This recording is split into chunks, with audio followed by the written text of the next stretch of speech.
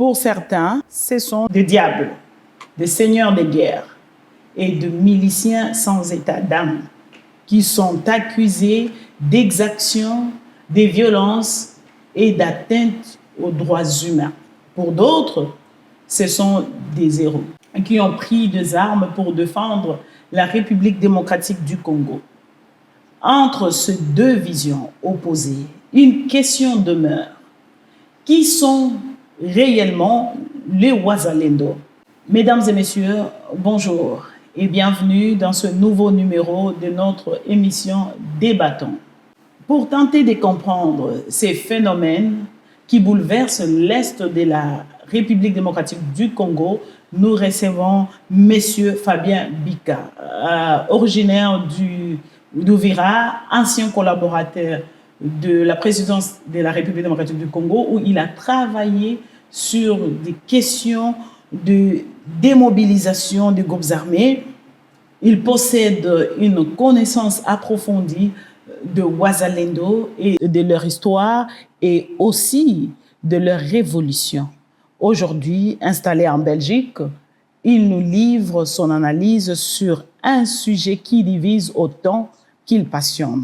Pour vous, ce soir, nous recevons M. Fabien Bika Selemani. Monsieur Fabien, bonsoir. Bonsoir, Madame Grassa. Merci d'avoir accepté notre invitation. C'est un plaisir partagé. Merci beaucoup. Merci. Vous avez quitté la RD Congo pour vous installer en Belgique. Pourquoi avez-vous fait ce choix? D'abord, ce n'était pas un choix difficile. Devant une tragédie qui se présente devant vous, vous n'avez pas de choix. Le seul choix que vous avez, c'est de sauver votre peau. Par sauver votre peau, je vais dire tout simplement que derrière vous, vous avez déjà qui en veulent à votre vous, politiquement, physiquement, pour des raisons qui ne sont pas fondées. Vous avez un seul choix, le choix de vous trouver en sécurité, le choix d'avoir votre vie sauve. C'est le choix qui m'a poussé à quitter la République démocratique du Congo et de me retrouver en Belgique. Donc, vous êtes en exil ici en Belgique? Tout à fait, effectivement. Vous êtes un réfugié, comme on dit? Oui, tout à fait. Tout à et fait. c'est depuis quelle année? Je suis arrivé en Belgique depuis le 21 décembre 2023. 21... Un jour avant les élections du 20 décembre à la République démocratique du Congo. Mais qu'est-ce qui s'est-il passé? Parce que vous avez travaillé pendant plusieurs années dans le programme de démobilisation de groupes armés. Qu'est-ce qui s'est-il passé? Ce qui s'est passé, effectivement, c'est un problème d'approche. OK.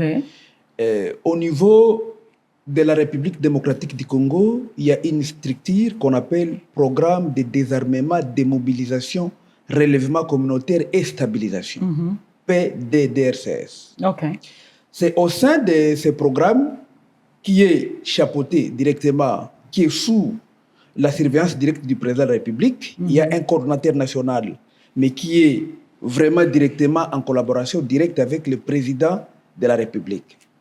Cette organisation a pour mission principale de faire la démobilisation, d'abord le désarmement et la démobilisation des membres des groupes armés. OK.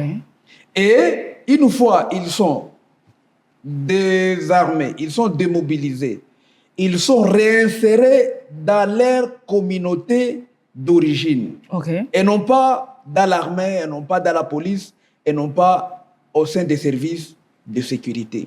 C'est ça même la boussole du PDDRCS. Okay. Maintenant, au fil du temps, ce que nous connaissons aujourd'hui comme Wazalendo, ce sont les groupes armés. Nous allons y arriver, mais comment avez-vous d'abord rencontré le Wazalendo pour la première fois et que signifie exactement d'abord ce nom Wazalendo pour comprendre, parce qu'il y a ceux qui ne comprennent pas ce que signifie Wazalendo, Wazalendo. Comment avez-vous rencontré ces gens et que signifie le nom Wazalendo? Parce que vous êtes de là, vous pouvez bien nous dire la signification de ce nom. Effectivement, d'abord le Wazalendo c'est un nom qui est arrivé ici hier. OK. C'est un nom qui ne date pas vraiment de beaucoup de temps. OK. C'est depuis quand qu'ils ont été changés de Ouazalendo? Vraiment, c'est depuis 2023. Depuis 2023. Donc, auparavant, ils étaient... Non, c'était des groupes armés. C'était des Groupes armés des Maï-Maï. Maï-Maï. De Maï-Maï, C'était OK. des groupes armés des Maï-Maï, OK. effectivement. Et donc, au sud Kivu, on les appelle des Maï-Maï, mais au nord Kivu, il y avait des Nyatura et autres.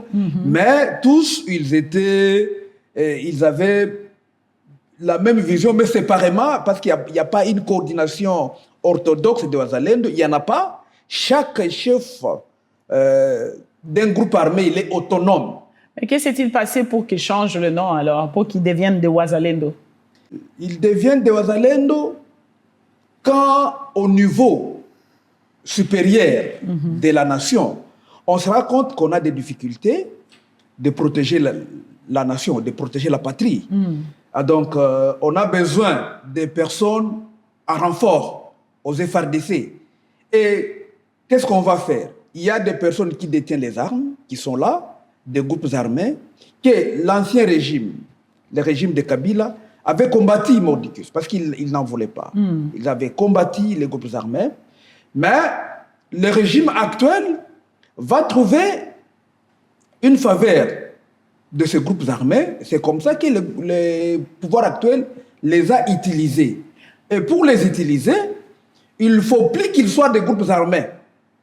Il faut trouver un nom qui passe dans l'opinion. Donc, en quelque sorte, c'est un peu le sanctifier. Tout à fait, tout à fait. Il faut trouver un nom qui passe dans l'opinion pour dire que ce sont des Ouazalendo. Et selon ce qui s'est dit, des Ouazalendo sont des patriotes. Normalement, Ouazalendo, c'est un nom en Swahili Qui signifie qui signifierait patriote. patriote. Et donc, ces Et gens-là... en Swahili, ça dit quoi exactement en Swahili? Ouazalendo? Ouazalendo, c'est quelqu'un qui... Si vous devez définir ça en Swahili. Oui, en Swahili, ni mtu mwenye anatetea nchi yake. OK, c'est bon. Accent. Donc c'est quelqu'un vraiment qui défend son pays. Oui. Mais c'est tout le contraire de ce qui se vit, de ce qui se passe chez nous. C'est tout le contraire, effectivement. C'est le contraire. Les Ouazalendo ne sont pas apparus avec la guerre actuelle, si je vous ai bien suivi, parce que vous dites qu'ils existaient déjà, c'était de Maï-Maï, donc ils n'ont pas apparu avec cette nouvelle guerre. Quelle est leur origine et quel rôle jouent-ils avant la résurgence du conflit dans l'est du pays? Pour la petite histoire, déjà depuis 1964, c'est là où on a les premiers Maï-Maï. Depuis ce temps, je peux citer les noms comme les Marandura, je peux citer les noms comme les Bidalira, je peux citer les noms comme les Lambert Menekage. Qui sont-ils, ces gens-là? Ces gens-là, ce sont les pionniers. Les pionniers des Ouazalendo. De ceux qui sont devenus les Ouazalendo aujourd'hui, depuis les années 64. OK. Et cette situation s'est perpétrée, mais avec l'arrivée de l'AFDEL. Quand l'AFDEL arrive, c'est là encore qu'il y a ces mouvements, effectivement, qui commencent. Les mouvements des Maï-Maï. Ça commence avec l'arrivée de l'AFDEL.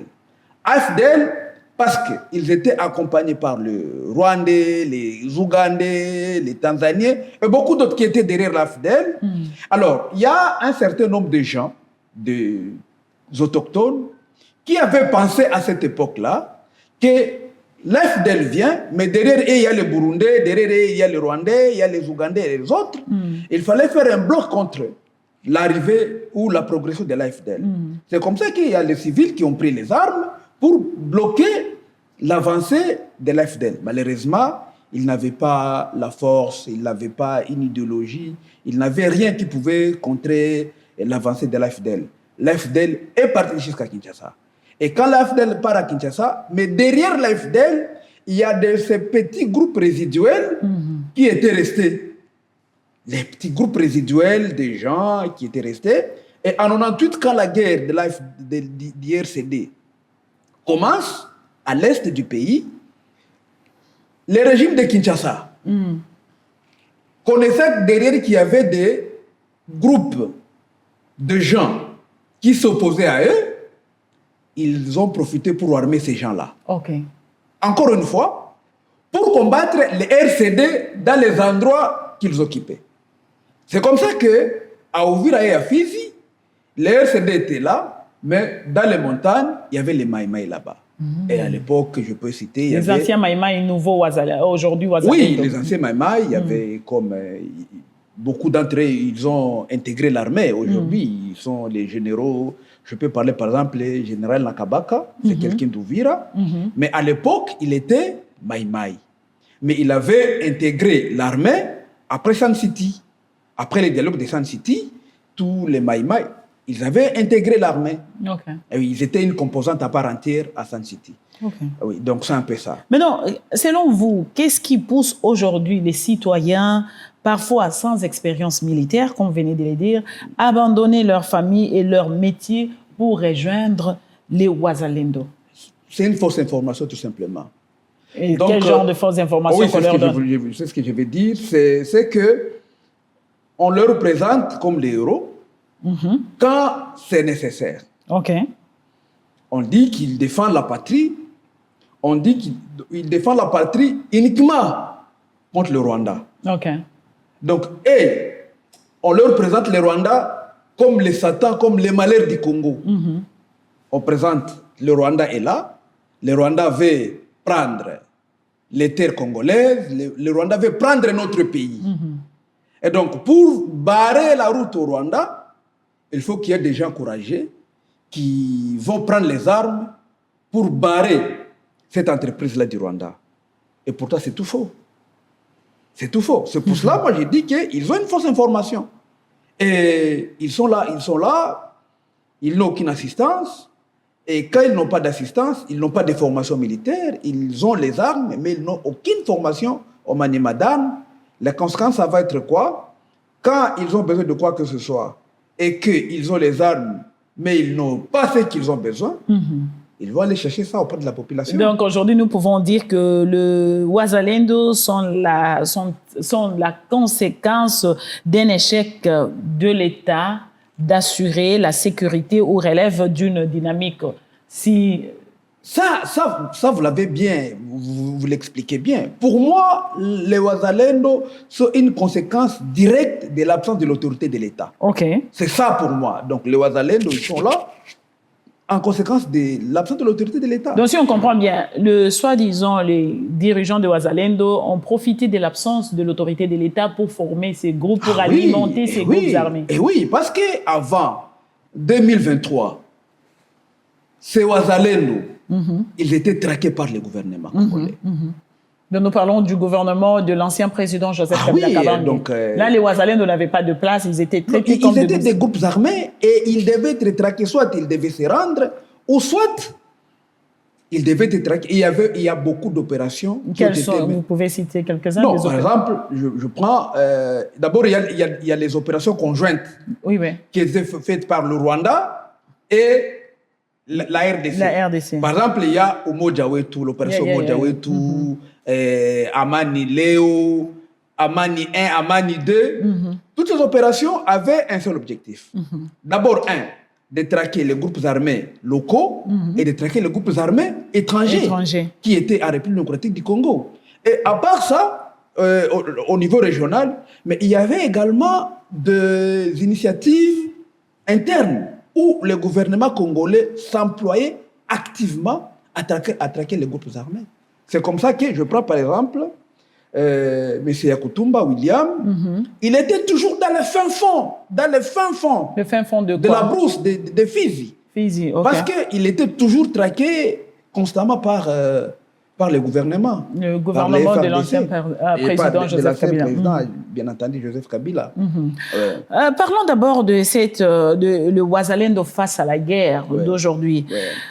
Dans un passé récent, certains combattants de Ouazalendo ont été victimes d'opérations de l'armée congolaise, de notre FARDC. On sait qu'ils avaient été massacrés à Goma. Vous vous rappelez bien, ils avaient été massacrés à Goma par l'armée du président Félix Tshisekedi. Comment expliquez-vous aujourd'hui ces revirements de ces groupes massacrés par le régime, mais aujourd'hui qui travaillent avec les mêmes personnes qui les avaient massacrés, les FARDC? Donc, en fait, avec le régime de Kinshasa, il n'y a pas une coordination dans ce qu'ils font avec les Wazalendo. Ce n'est pas seulement les massacres des Wazalendo à Goma, mais il y a beaucoup d'autres cas. À chaque fois que les Wazalendo, ils sont en face de problèmes ou en face de leurs responsabilités, soit ils ont tué quelqu'un justement, soit ils ont volé, soit ils ont violé, qu'est-ce que le gouvernement de Kinshasa dit? Il dit que non, nous ne les contrôlons pas. Ce sont juste des patriotes qui ont pris les armes pour défendre leur pays. C'est ça la justification du gouvernement pour s'en dédouaner. Mais c'est le gouvernement qui les arme, c'est le gouvernement qui les envoie à les combattre. Donc, à Goma, l'unité qui avait massacré les Wazalendo, c'était la JR, la garde républicaine. Exact. Il n'y avait pas la coordination entre celui qui commandait cette unité-là et la vérité de ce qu'allait devenir les Wazalendo aujourd'hui. Parce que, souvenez-vous, quand l'AFC 23 était encore à Bunagana, nous on avait alerté qu'il fallait trouver une solution politique à cette histoire de l'AFC 23 pendant qu'ils étaient à Bunagana. Mais le gouvernement de Kinshasa ne pouvait pas comprendre ou ne pouvait pas accepter parce qu'il se voyait en position de force. La ville de Goma était surmilitarisée, ils avaient tout ce qu'ils avaient pour défendre le Nord Kivu. Exact. Mais ils ne savaient pas ou ils ne s'attendaient pas qu'un jour, les gens qui étaient à Bunagana ou qui étaient à Tchanzu allaient partir de là jusqu'à arriver dans la ville de Goma. Donc à cette époque-là, les Wazalendo n'avaient pas encore la valeur aux aides du gouvernement qu'ils ont aujourd'hui. Aujourd'hui, ils ont la valeur de travailler en appui des FRDC, mais à l'époque, on le prenait juste comme des gens, des délinquants et tout. Mais aujourd'hui, le gouvernement pense que les Wazalendo jouent un quelconque rôle pour barrer la route à la progression de l'AFC 23. Et pourtant, selon moi, et selon les données sur le terrain, il ne faut rien, il ne faut absolument rien. Et selon les données sur le terrain, ils ne font absolument rien. Mais nous, on sait que le Wazalendo participe comme des supplétifs de l'FRDC, de FRDC à la guerre dans l'est de notre pays. Et le président Félix Tshisekedi le présente comme des patriotes qui défendent la souveraineté nationale. Donc, vous voulez nous dire que vous ne partagez pas cette lecture du président Félix Tshisekedi? Non, il peut tout dire. Il peut tout dire parce qu'il utilise le Wazalendo. Le président Tshisekedi utilise le Wazalendo. Et ce sont des civils, effectivement. Je dis bien, ce sont des civils. Ils n'ont aucune formation. Et maintenant, mais on devient Wazalendo comment sans pour autant que vous ayez une formation? Donc, vous venez, on vous inscrit, à partir d'aujourd'hui, vous devenez Wazalendo, on vous donne l'armée. Sincèrement, ça se passe comment alors? Il n'y a pas un seul camp d'entraînement où on forme quelqu'un au maniement d'armes. Même maintenant là, Madame Grace, si tu veux devenir Wazalendo aussi, même maintenant là, il te suffit de débarquer au sud Kivu, au nord Kivu, et tu te présentes juste et dis que je vais être Wazalendo. Et puis ça suffit comme ça. Il y a aussi les Wazalendo aux femmes. Oui, il y en a également. Et donc on va te donner une arme. Et pour certains, ils disent qu'ils ont de gris-gris qui protègent contre les fétiches. Les fétiches et tout. Et pourtant, tout ça avec l'expérience, ça a montré que c'était une arnaque. Il n'y a pas de fétiche qui protège contre les balles et tout. Leur engagement militaire s'accompagne aussi des accusations de graves violations de droits humains. Ces accusations vous paraissent-elles fondées? Le Wazalendo représente-t-il un danger pour les populations civiles? Pour moi, c'est une grande bombe à retardement. Je prends un exemple seulement chez moi au Vira. Maintenant là que nous parlons, il ne se passe pas une nuit sans qu'on ait tué une personne par balle. Je dis chaque nuit.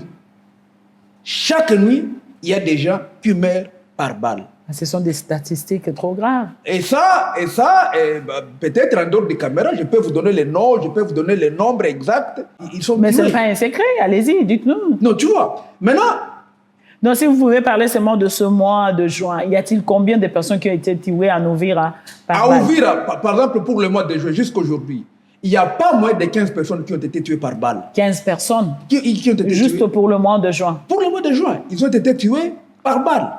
Et puis, qui les tue? Ce sont ces armes-là qu'on distribue comme des cacahuètes aux populations qui ne connaissent pas utiliser les armes, qui n'ont aucune déontologie sur le maniement des armes. Et quand les armes, quand les munitions de guerre sont distribuées comme ça, à la légère, la conséquence c'est quoi? Moi et toi, par exemple, si j'ai un conflit, minime qu'il soit, je vais me faire justice. En me faisant justice, qu'est-ce que je vais faire? Je peux venir seulement chez toi à 19h, 20h. Et puis, c'est fini. Il suffit qu'il y ait une personne qui t'accuse injustement, par exemple de sorcellerie, qui t'accuse injustement de vol. Et c'est comme ça, tu es parti. Et ça, c'est la conséquence logique de la circulation incontrôlée de ces armes massives qui circulent dans la population. C'est pour cela, moi, je dis, cette histoire de Wazalendo, à la l'allure où vont les choses, ça risque de créer une autre crise, plus que les crises que nous connaissons aujourd'hui à l'est du pays. Mais vous étiez dans le team de démobilisation. Nous allons y revenir quand même, mais parlons d'abord de leur fonctionnement.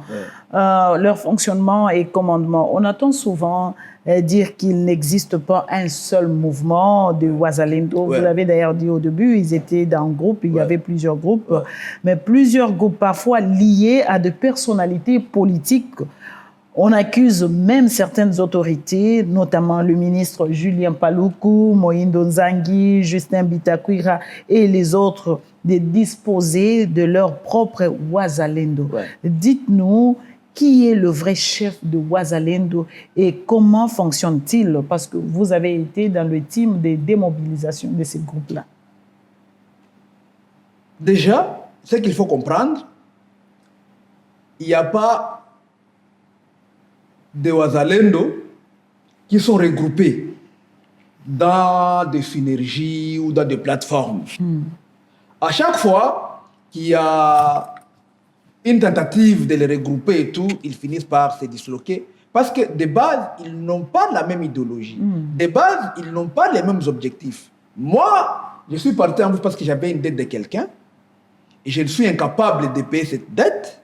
Je prends 2-3 personnes avec moi, je vais en plus, je suis chef de ces groupes, de mon groupe armé. Je vais dire que je défends la patrie, mais derrière, c'est parce que j'avais une dette de quelqu'un. C'est comme ça que je me suis retrouvé en bourse. Je suis là-bas pour me protéger contre la dette que j'ai. Quelqu'un d'autre, on a tué sa femme. Pour se venger, il prend là les armes, il va en brousse. Mais en bourse, là, qui les recrute? Parce que pour aller en bourse, c'est-à-dire il y a quelqu'un qui les recrute. Je suis en train d'arriver, madame. Je suis en train d'arriver. Maintenant, là, je parlais d'abord de la structure. Il n'y a pas une structure qui encadre tous les... Donc, il n'y a pas de recrutement. Il n'y a nulle part, on fait quand même de campagne pour recruter des Wazalendo. Vraiment, à part récemment ici, où j'ai vu à Ouvira, il y a des commandants de Wazalendo qui disaient tout celui qui veut être Mzalendo, qu'il vient, tout celui qui veut être Mzalendo, qu'il vient. Il y a beaucoup de jeunes qui sont partis comme ça, dans cette euphorie-là. Ils intègrent le mouvement Wazalendo, mais malheureusement, il n'y a pas de formation, il n'y a rien. Maintenant, s'agissant des politiciens, effectivement, il y a beaucoup de politiciens à l'est du pays qui sont derrière les groupes armés. Il y a beaucoup de politiciens. Je prends par exemple un député de chez moi, Justin Bitakwira. Il l'a dit, ce n'est pas moi qui l'ai dit, mais c'est lui-même qui l'a dit. Il était candidat gouverneur en 2019, au Sud Kivu. Et quand il faisait campagne, qu'est-ce qu'il avait dit? Il avait dit, OK, moi, je vous demande juste de me voter.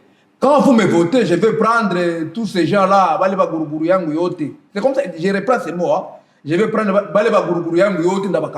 et puis cette histoire-là de groupe armé, sera fini. Qu'est-ce que signifie Guruguru? Guruguru, ce sont des délinquants, des voyous. Tous mes voyous. Donc, ils les avaient appelés des voyous, des délinquants à cette époque-là.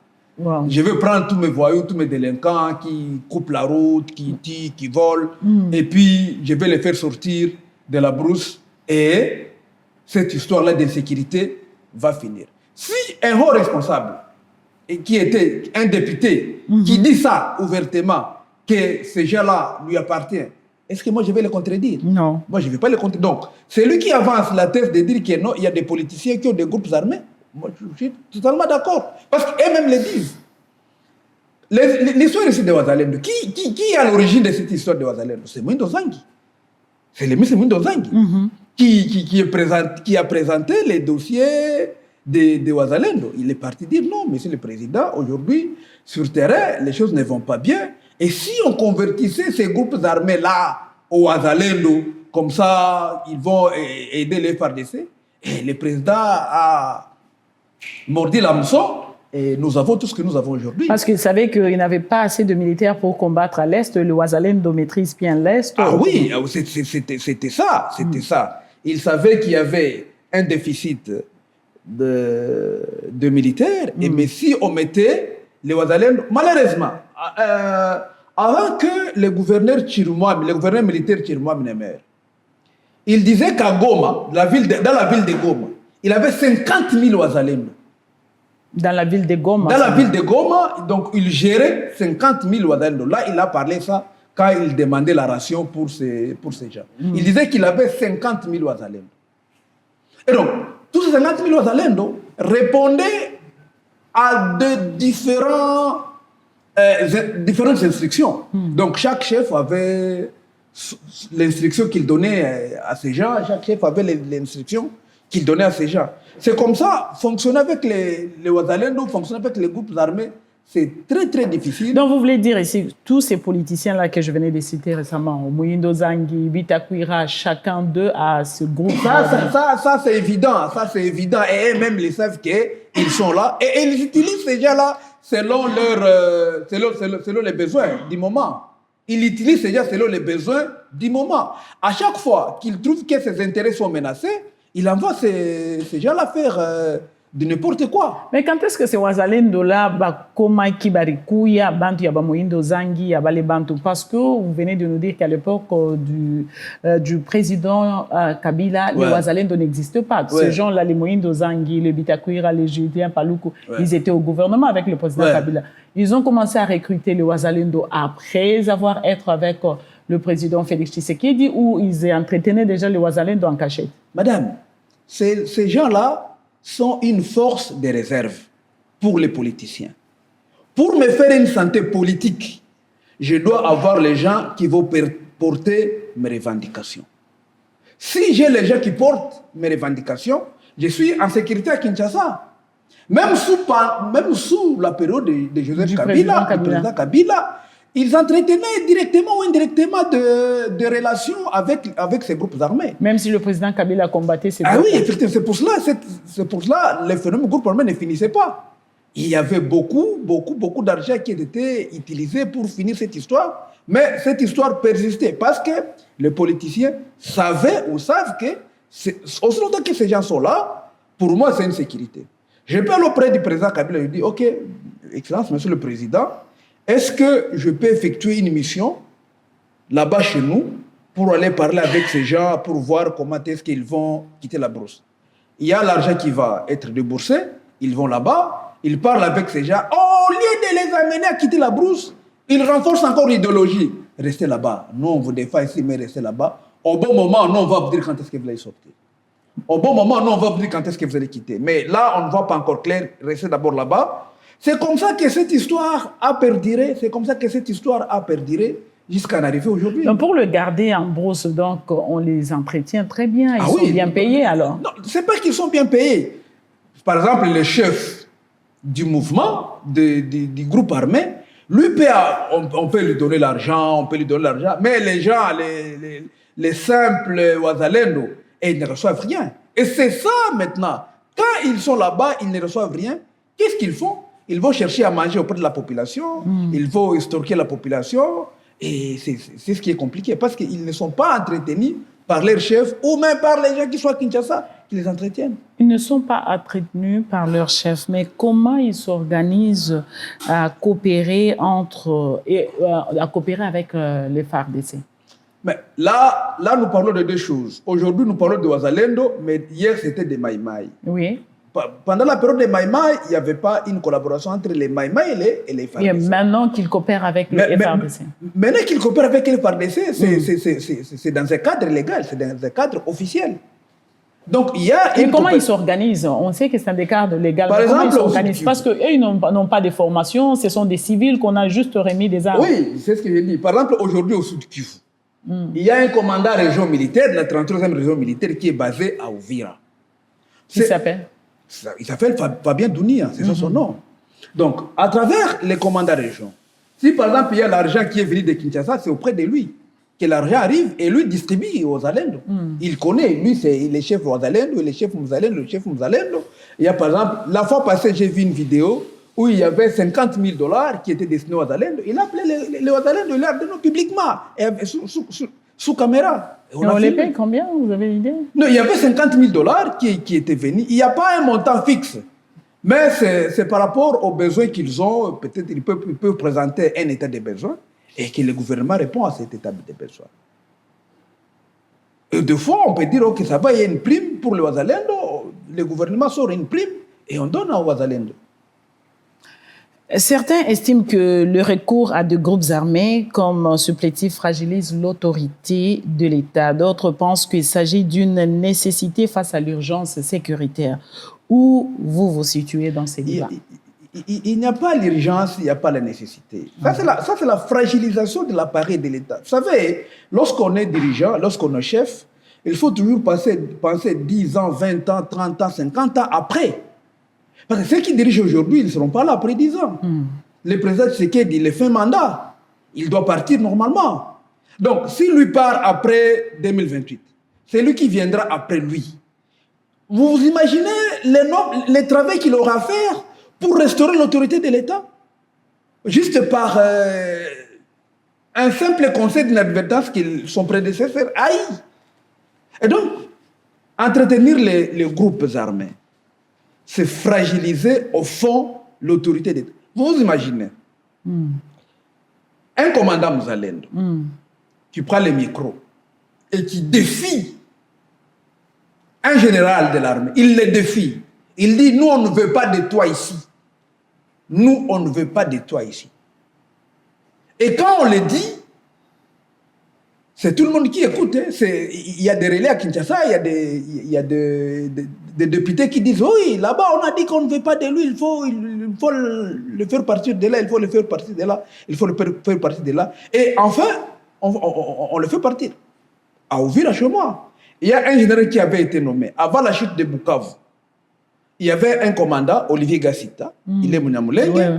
Il était nommé commandant de 33e région militaire en second, en chargé des opérations et des renseignements.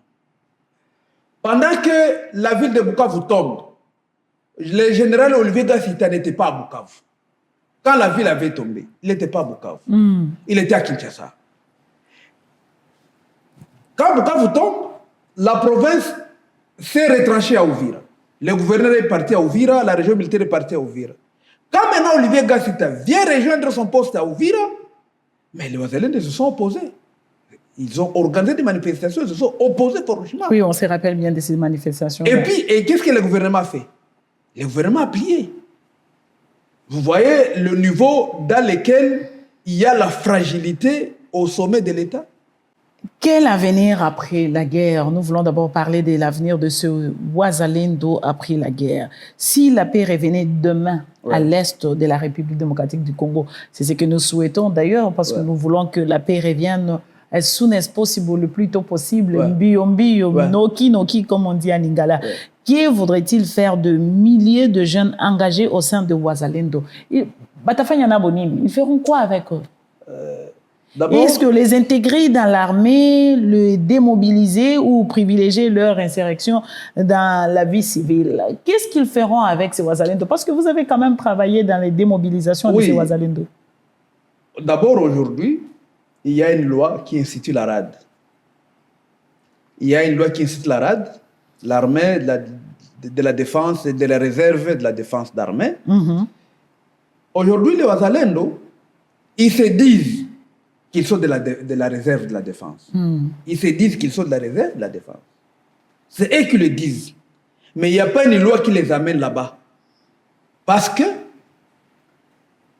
cette loi dit clairement qui doit faire partie de la réserve de la défense d'armée.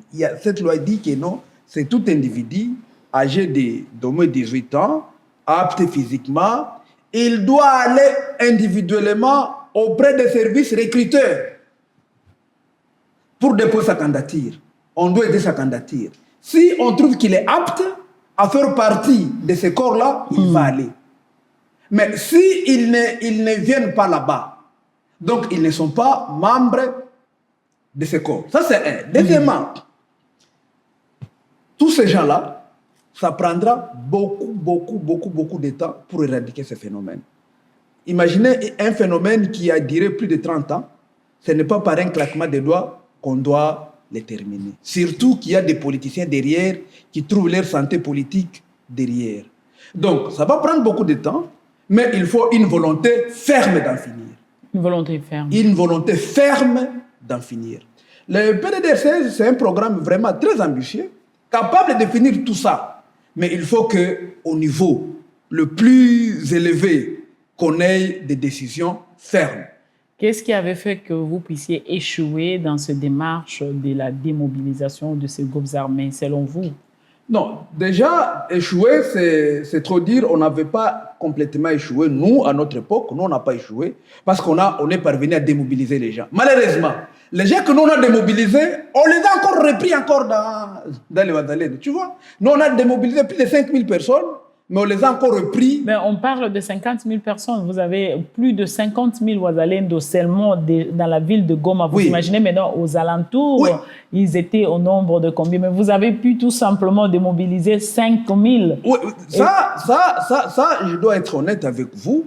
D'abord, ce programme-là connaît un problème très sérieux de financement. On avait créé un programme, il n'y a pas l'argent dedans. Et quand vous dans ce genre de programme, quand vous n'avez pas d'argent, vous ne savez pas travailler.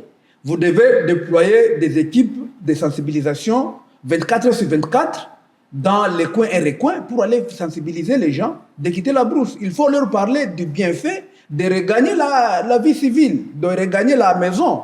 Et comment vous allez les accompagner, comment vous allez les réinsérer socialement dans leur communauté de base. Imaginez, il y a quelqu'un qui est dans la brousse depuis 10 ans, il a perdu tout espoir. Et qu'est-ce que là-bas en brousse, qu'est-ce qu'on lui dit? On dit non, il faut combattre. Peut-être un jour, nous, on va prendre le pouvoir. Et quand on aura pris le pouvoir, tous, vous serez bien, vous allez rouler vous allez rouler carrosse, vous avez des véhicules. Et quand quelqu'un nourrit son esprit avec cet espoir-là, qui est fallacieux d'ailleurs, il ne quitte pas la brousse facilement. Même s'il souffre aujourd'hui, mais on lui présente un projet irréalisable. C'est pour cela, dans ce programme, j'ai dit, c'est un programme très ambitieux, le PDDR16, mais il faut une volonté politique nécessaire pour amener tous ces gens-là à quitter la brousse et de les amener dans la vie civile. Est-ce que ça sera aussi, ça sera faisable? Parce qu'aujourd'hui, on nous dit que le Wazalendo travaille aussi avec des forces génocidaires de FDLR du Rwanda. Oui. Est-ce que c'est possible de démobiliser ces gens-là avec tout ce qu'ils ont reçu comme culture génocidaire? Ah oui, c'est ça le problème maintenant avec les FDLR. C'est là où ça peut encore venir compliqué. Parce que pour les FDLR, ce n'est pas seulement qu'ils ont fait les génocides au Rwanda, mais pour eux, ils perpétuent cette culture-là. C'est ça avec les FDLR. Ils perpétuent cette culture-là avec les enfants des personnes qui sont venues du Rwanda. Ils ont eu les enfants au Congo. Ils ont entraîné leurs enfants dans cette culture-là de génocide et tout. Ce n'est pas tous les Wazalendo qui travaillent avec les FDLR. À un moment donné, il faut traîner. Ce n'est pas tous les Wazalendo. Parce que les FDLR ne sont pas partout. Ils ne sont pas partout. Il y a des endroits où on sait les localiser. On sait dire, non, ici, il y a des FDLR ici. Mais par exemple, Les Wazalendo qui sont à Ouvira, par exemple, où il n'y a pas de FDLR, ils ne sont pas en contact avec les FDLR, ça, ils sont récupérables. Le gouvernement peut mettre. Donc, vous voulez dire que ceux qui sont en contact avec le FDLR, c'est un peu compliqué de les récupérer? Non, ayant travaillé ensemble, ayant vécu ensemble, ils partagent la même idéologie. Il faut voir vraiment jusqu'où cette idéologie est partie. Il faut voir leur idéologie là, de génocide et tout. Il faut voir jusqu'où cette idéologie est arrivée. Là où il y a un peu une confusion, ils disent défendre leur terre contre le Rwandais. Oui. Parce qu'ils disent que le Rwandais, ce sont leurs ennemis. Mais en travaillant avec le FDLR, et le FDLR, ils ne sont pas des Rwandais. Maintenant, je pose une question. À toutes les personnes qui avancent cette thèse-là, moi, je pose juste une question. Est-ce que c'est le Rwanda qui est le problème du Congo? C'est ça. Moi, c'est ma question que je pose aux gens. Est-ce que c'est le Rwanda qui est le problème du Congo? Et tout celui qui me dit oui, c'est le Rwanda, moi, je trouve que nous sommes là d'avoir la solution au problème du Congo. Et qui travaillent maintenant avec le FDLR. Oui. C'est là où, par exemple, on donne raison aux Tutsis congolais qui pensent qu'ils sont indexés, qui pensent qu'ils sont en voie d'extermination. Vous voyez? Les FDLR, ils sont des Hutus. Ils travaillent avec des Congolais pour, je ne sais pas moi quoi dire, pour traquer les Tutsis. Tu vois? Et lorsqu'on parle des Tutsis, on ne voit pas seulement des Tutsis du Rwanda, on ne voit pas les Tutsis du Congo.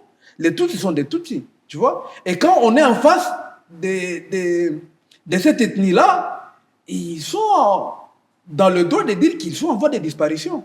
Parce que ces gens qui les ont tués, ils continuent toujours à fournir des efforts encore pour les tuer jusqu'à aujourd'hui.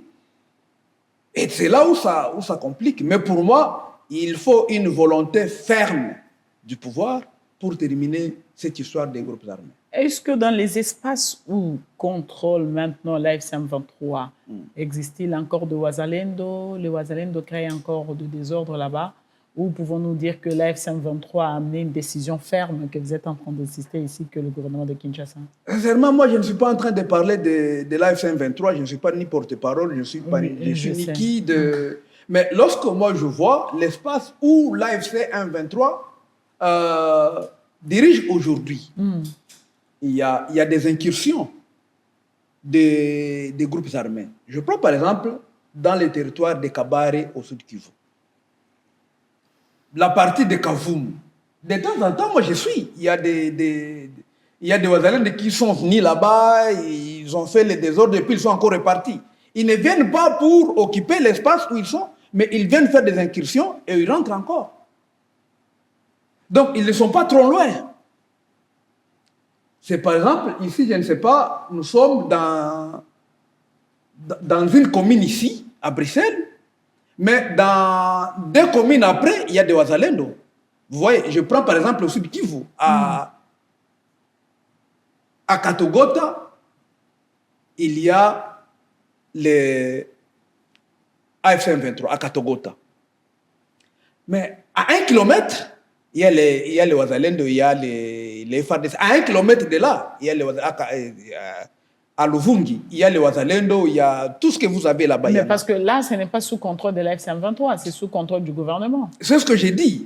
Donc, quand vous avez la proximité comme ça, il y a la possibilité que les gens qui sont à 1 kilomètre de faire l'incursion de là où vous êtes. Même s'ils le font, après, ils se battent, après quelques minutes, ils repartent. Mais ces incursions, il y en a. Ces incursions, il y en a. Et qu'est-ce qu'il faut faire pour éviter ces incursions? Non, donc, ceux qui sont du côté du gouvernement doivent se mettre à l'ordre de bataille. Ceux qui sont du côté des AFM doivent se mettre à l'ordre de bataille. C'est ça. Et donc, ils doivent affermir leur garde pour qu'il ne puisse pas y avoir des incursions de part et d'autre. Avez-vous un message que vous voulez adresser aujourd'hui aux autorités congolaises, aux populations de l'Est de la RDC, parce que c'est là où il y a tous ces crimes, c'est eux qui souffrent avec le Wazalendo, et aussi, ainsi vous pouvez, je peux le dire ainsi, à la communauté internationale concernant l'avenir de Wazalendo et les conditions d'une paix durable. D'abord, je suis de cœur avec toute la population qui souffre depuis beaucoup de temps. En RDC, particulièrement à l'est du pays, il est temps maintenant qu'il y ait la paix durable. Il est maintenant temps. Les gens ont beaucoup souffert. Malheureusement, c'est la méthodologie d'amener cette paix qui diffère des uns et des autres. Mais la nécessité d'avoir une paix durable, elle est certaine. Partout, on a besoin de la paix.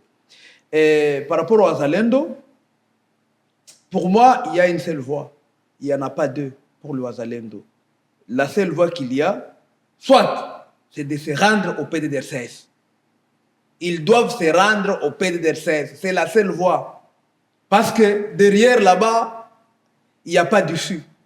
Ils sont des civils, ils ne sont pas des membres des FRDC, ils ne sont pas membres de la police nationale. Et donc, comme étant des civils qui détiennent les armes, la seule solution qu'ils ont, c'est de se rendre auprès du PDDS. Ou bien... Où se trouvent les bureaux de PDDS que vous êtes en train de dire? Non, le PDDS, c'est partout là-bas, là où ils sont. À Ouvira, il y a le PDDS. Et s'ils veulent, ils peuvent prendre le contact avec les gens du PDDS. Et ils vont... Et ils seront en sécurité. Et quelle sera la suite? Et comment est-ce qu'ils vont... Parce que ce sont des gens qui ont commis des crimes. Ce sont des gens... Comment ils peuvent se rendre comme ça? Et vous êtes en train de faire l'appel qu'ils puissent se rendre et rentrer, vivre une vie normale comme si rien n'a été. Ce sont des criminels. C'est ce que je suis en train de dire. J'ai dit que pour eux, pour leur avenir, ils doivent faire ça. S'ils ne font pas ça, c'est la population qui va continuer à souffrir. Moi, je parle du PDDC comme institution de l'État. Même si... Quel État? Le même État qui les utilise comme des chairs à canon. Ils doivent aller se livrer sur le même État qui les utilise comme des chairs à canon. Si vous m'avez compris, donc j'amène l'État congolais devant ses responsabilités. C'est ce que je suis en train de dire. Je suis en train d'amener l'État congolais devant ses responsabilités. Parce que c'est inadmissible que vous ayez créé une structure qui va démobiliser ces gens. Mais au lieu de les démobiliser, vous les prenez, vous les amenez devant la bataille. Parce que les circonstances exigent, ils ont besoin d'eux. Non. Si l'État pouvait mobiliser l'argent pour entretenir l'armée, pensez-vous que l'armée congolaise elle est faible jusqu'à ne pas combattre? Comme ces gens-là veulent défendre leur pays, est-ce que l'État ne peut pas, vous, quand vous étiez en train de faire la démobilisation, l'État ne peut pas le recruter, leur donner une formation militaire pour qu'ils soient bien intégrés dans l'armée? Pourquoi cela n'est pas possible? Aujourd'hui, pour intégrer l'armée, les conditions, tout le monde connaît comment ça se fait. Il faut aller auprès des services recruteurs, des FRDC. Chaque jour, moi je lis, il y a des communiqués où on recrute. Mais parce que l'État travaille avec ces gens-là, vous dites qu'ils n'ont pas de formation, ils n'ont rien du tout. Oui. Et on ne peut pas le prendre aussi, leur donner une formation avant de leur remettre des armes, parce que l'État veut travailler avec eux. C'est comme ça qu'on est en train de flouer les gens, comme la mère même l'a dit qu'ils ont été floués. C'est comme ça qu'on continue à flouer même le président de la République, mais jusqu'à aujourd'hui. On est en train de les... Mais c'est lui-même qui l'a dit. Le président de la République a dit qu'on les trompait, qu'il n'avait pas de vraies informations sur son armée. Oui. Et ça, j'ai confirmé ça. Même aujourd'hui que nous parlons, il n'a pas de vraies informations. Parce que tout ce qu'on veut lui dire dans les oreilles et tout, c'est pour les désorienter. Il prendrait le temps, par exemple, de former tous ces Wazalendo pendant tout ce temps. Il aurait eu une armée. Ben là, je dois vous contredire. Il doit être le premier. Il est le premier monsieur du pays et il doit être bien informé. Comment ils doivent venir nous dire qu'il n'est pas bien informé? Vous soutenez cela? Vous me contredisez, moi vous le contredisez lui. Parce que c'est lui-même qui l'a dit. Vous le soutenez aussi en disant que... Non, moi je répète ce qu'il a dit. Lui, il a dit que non, il a été trompé. C'est pour cela, vous voyez qu'il y a beaucoup d'arrestations au sein de l'armée. Mais je ne crois pas à ça, moi. Personnellement, je ne crois pas. Parce que s'il y a la personne qui est la mieux informée de la République, c'est lui. Tous les services convoient toutes les informations vers lui. Et si vous avez des fausses informations chaque jour et que vous maintenez les mêmes personnes, la même méthodologie, il n'y a pas de sanctions, qu'est-ce que vous voulez que nous on dise? Exact. Nous, on va dire que non, c'est vous qui êtes dedans. C'est vous qui faites ça. Mais s'il y avait des fausses informations, et que nous voyons la conséquence logique de ça, On se dirait que non, il y a la volonté. Malheureusement, il n'y a pas la volonté d'échanger. Il n'y a pas la volonté. Donc, pour conclure, y a-t-il une motivation religieuse derrière la motivation des Wazalendo? Ce sont des musulmans, des chrétiens? Non, il n'y a pas une quelconque motivation. Il n'y en a pas. Dans le cas des Wazalendo, il n'y a pas une quelconque motivation religieuse. Okay. C'est des gens qui se prennent comme ça, des fois les membres d'une communauté, des fois les communautés différentes, ils sont ensemble et ils prennent les armes pour soi-disant défendre leur patrie. Mais en réalité, ils défendent leur patrie contre le Rwanda. Mais moi, mon analyse personnelle, ce n'est pas le Rwanda qui est à la base du malheur du Congo. Ce n'est pas le Rwanda. C'est nous-mêmes les Congolais. C'est nous-mêmes les Congolais. Le Rwanda, si on met sur l'échelle de valeur, si on met le pourcentage, nous les Congolais, nous sommes à 95% de notre problème. Ah, je reviens rapidement pour chuter avec vous. Ouais. Vous avez parlé que le gouverneur Thierry Mwami, avant sa mort, il avait déclaré qu'il y avait plus de 50 000 Wazalendo seulement dans la ville de Goma. Et aujourd'hui, avez-vous des informations? Qu'est-ce qui s'est passé avec ces 50 Wazalendo? Ils sont toujours à Goma, ils se sont convertis, Qu'est-ce qui s'est passé avec ces 50 000 Wazalendo de ville de Goma?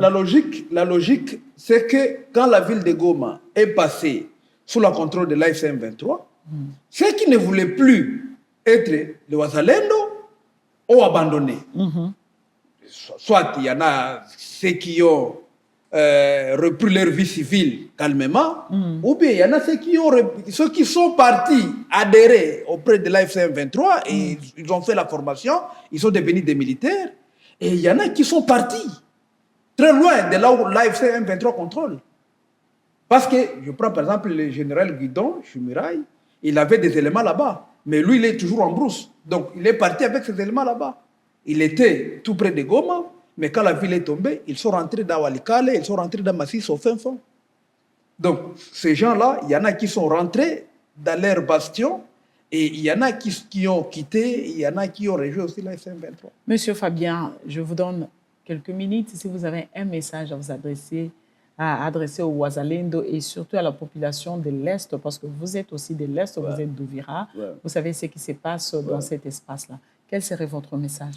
Mon message est clair et que nous avons besoin de la paix. Le gouvernement doit nous aider à avoir la paix parce que constitutionnellement, c'est l'État qui garantit la sécurité. Ce n'est pas ni Wazalendo, ce n'est pas la population, c'est l'État. Et notre argent, nous, population, nous le donnons à l'État pour que l'État nous sécurise. Et donc, si l'État devient incapable de nous sécuriser, nous avons de quoi nous poser des questions. Et pour la population, comme je l'ai dit tantôt, je suis vraiment désolé par rapport à tout ce qu'il y a eu. Mais pour les Wazalendo, ils doivent comprendre qu'ils ne doivent pas être manipulés chaque jour. Merci. Donc le Rwanda n'est pas la source de nos problèmes. Ça, il faut se le dire. La source de nos problèmes, c'est nous-mêmes. Nous devons nous regarder droit dans les yeux. Comme ils disent qu'il y aura un dialogue à Kinshasa, eh bien, qu'ils parlent de tout le problème du fonctionnement de l'État, sincèrement, qu'ils parlent entre eux, sincèrement, sur le fonctionnement de l'État et tout, et ils vont trouver des problèmes, des solutions aux problèmes de pillage, aux problèmes d'insécurité, aux problèmes de détournement, aux problèmes de santé, aux problèmes des infrastructures. Ça, ce n'est pas le Rwanda. Ça, c'est nous. Il faut qu'ils trouvent la solution à ça. Et dès qu'ils vont trouver la solution à ça, les groupes armés vont disparaître d'eux-mêmes. Un message en Swahili? Un petit message en Swahili? Ah oui, donc nilikuwa niko nasema kama kwa ajili ya amani kwetu tuache kudanganyiwa na tuache kudanganyika kila siku kusema kama Rwanda ndo tatizo ya shida kwetu. Tatizo ya shida kwetu ni sisi wenyewe. Ndo tuko na shida kwetu. Rwanda inaiba mali ya Kongo, Rwanda inafanya hivi, Rwanda inafanya vile. Gouvernement congolais bako naongea na Rwanda, Washington. Ils sont en dialogue Washington. Na dans ce cadre-là, gouvernement ya Congo na ya Rwanda banajua nini banaongea. Gouvernement ya Congo ituambie kweli au lieu ya kuutiliser population kubitu yenye haijui. Et donc, population, iache kudanganyika, bandugu ba wazalendo, ni bakongomani, ni bandugu yetu, lakini à un moment donné, tufike fasi kwenye tuelewe kama haiko Rwanda ndo shida. Shida ni ba viongozi yetu, ni ba dirigeant yetu. Wakati ba dirigeant banatupatia mai, banatupatia moto, banatengeneza ma infrastructure, tunaenda kumopito ya mzuri, banaacha kuiba, banaacha kudetourner, makuto tenye banapata bakileta kwa population. Hii groupe problème zote za ma groupe armé disparaître de soi-même. Le même message en lingala. Rapidement. Peut-être na lingina loba peuple congolais toboya kokosa ma mikolo nyonso bakosa biso ba dirigeant na biso bakosa biso ebele bazotia biso en conflit na ba pays na ba voisins na biso que Rwanda nde problème Rwanda sali boye gouvernement congolais azo solola na Rwanda na Washington kuna eske bazo solola bayebi bango moko nini bazo solola sko bayebi sa biso vérité nini basolola kuna batika kokosa biso que bango baza batu mabe to vanda na bango depuis très longtemps ba population na biso bazalaka kuna bakendaka kuna problème ezate mais ba problème na biso moko ba congolais nde il faut tolukela ngo solution soki mikonzi na biso batiki koiba batiki ko détourner batongeli biso banzela batongeli biso ba hôpitaux batongeli biso ba école bana na biso batanga malamu problème nyonso insécurité na ba groupe armé ekolima yango moko. Mais aussi longtemps qu'on ne fera pas ça, on tournera toujours à rond. Na tokolobaka que Rwanda n'est problème, pourtant. Ce qui est na Congo, Congo mobimba. Na Koroyebi sayo, olukelanga Rwandais moko. Par exemple, dans la mine à Congo, comment on a été? Il n'y a pas un seul Rwandais qui est dans les mines du Congo. Il n'y en a pas un seul. Mais c'est parce que notre pays n'a pas un bon climat d'affaires que les gens préfèrent passer par la Tanzanie, préfèrent passer par le Rwanda pour faire les affaires. Et après, tokoloba keno, ba Rwandais, ba voisin na biso tumabe. Donc, notre gouvernement doit être vraiment responsable de ces actes pour nous sortir de cette crise. Êtes-vous sûr d'être du Vira ou vous êtes du Rwanda? Moi, je suis du Vira, donc... Parce qu'on vous dira cela avoir défendu le Rwanda.